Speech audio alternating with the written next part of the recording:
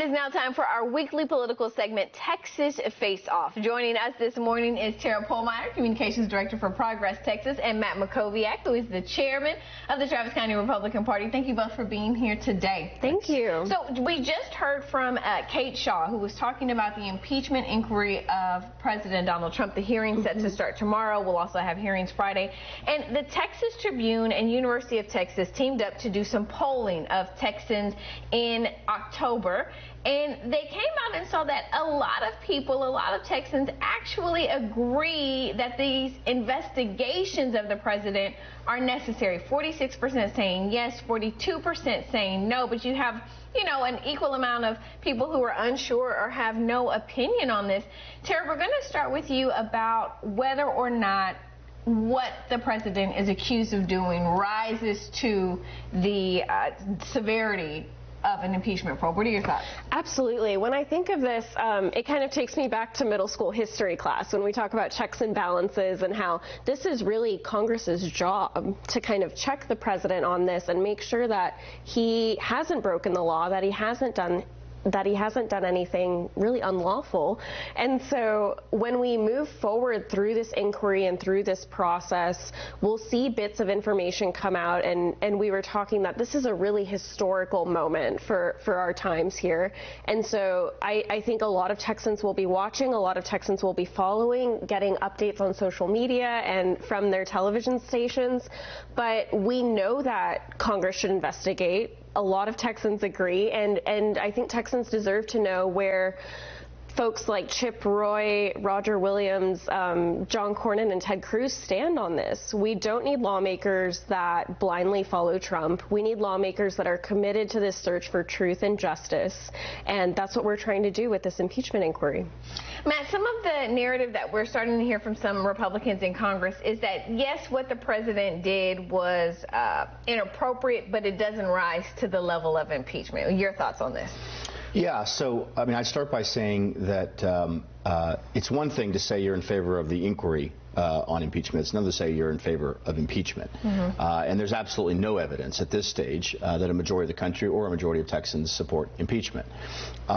We're still in the early stage here. This last 6 weeks has been a private, secret process where leaks have been how people have learned information. Congress and the American people have not been able to see much of what's been transpiring. We are entering a public phase now. Look, I think there's a good chunk of Republicans who think the president did nothing wrong.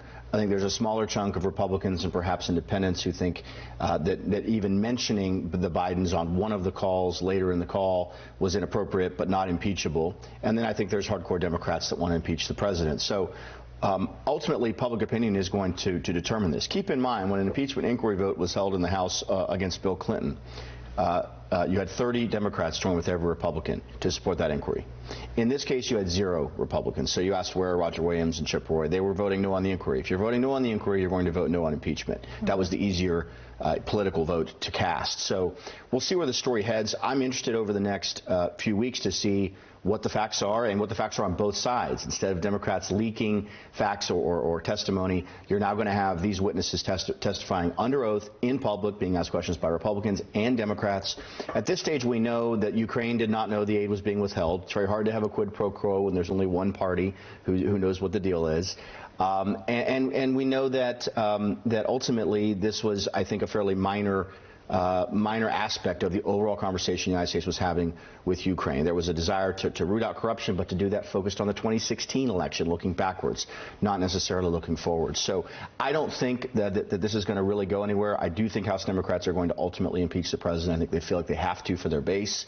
In the Senate, I believe he'll be acquitted because you need 20 Republican senators to join with every Democrat, and that's simply not going to happen. So let's talk about that with the Democrats, because some see this as a really risky move, right? Especially as we head towards the 2020 election, that if you try to impeach the president and you failed, you are really going to voters are not going to take that well. You're going to really get Republican voters in that base riled up and ready to go out and vote, and the Democrats not so much. So what are your thoughts on whether or not this is a smart move? No, I mean, I don't think it's smart. You know, from their standpoint, they felt from their perspective, they felt duty bound to pursue this. But look, I mean, there was a story, I believe it was in the Washington Post the day after the election in 2016 saying Democrats are going to start trying to impeach Trump on day one. I mean, he's the only president in the history of the country who's been under investigation every single day of his first term, right? At some point, people have to step back and say, what is the purpose of all of this?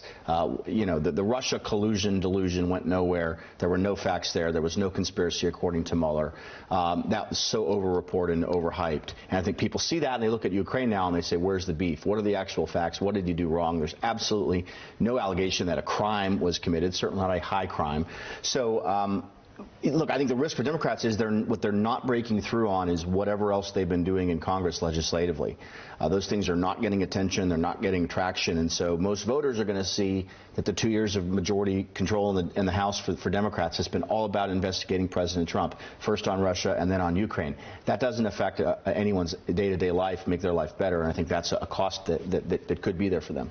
Tara, I'm going to guess that you're going to say this is a smart move for Democrats. Tell us why. Absolutely. So Democrats have an absolute obligation, and so does every member of Congress and every member of our U.S. Senate to search for this truth and to push forward with this impeachment inquiry. What we're seeing from all of our Republicans is that they are unwilling to kind of actually search for this truth, and they will be held accountable when it comes to 2020 and when they're up for re-election.